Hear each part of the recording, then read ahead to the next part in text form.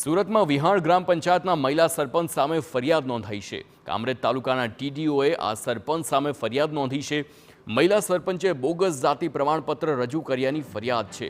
મહિલા સરપંચ શિલ્પાબેન સામે ટીડીઓએ નોંધાવી છે પોલીસ ફરિયાદ। ગ્રામ પંચાયતની ચૂંટણીમાં બોગસ જાતિ પ્રમાણપત્ર રજૂ કર્યું હતું।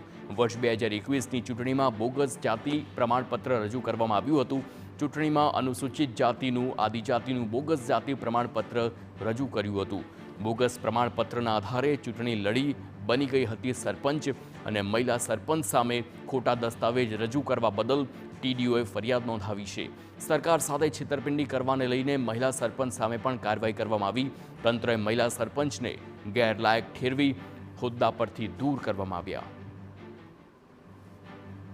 શિલ્પાબેન દીપકભાઈ રાઠોડનું જાતિ પ્રમાણપત્ર ખોટું હોવાનું સામે આવતા રદ કરવાનો હુકમ કરી અમોને ગુજરાત અનુસૂચિત જાતિ, અનુસૂચિત આદિજાતિ અને અન્ય પછાત વર્ગ જાતિ પ્રમાણપત્ર કાઢી આપવાનું અને તેની ખરાઈ કરવાનું નિયમન કરવા બાબતના અધિનિયમ 2018ની કલમ 11 અને 12 મુજબ કાર્યવાહી કરવા અધિકૃત કરવામાં આવેલ હોય અધિનિયમની કલમ 11 મુજબ તેઓને તેઓના હોદ્દા પરથી ગેરલાયક ઠેરવીને દૂર કરી કલમ 12 મુજબ તેઓની સામે પોલીસ ફરિયાદ નોંધાવેલ છે।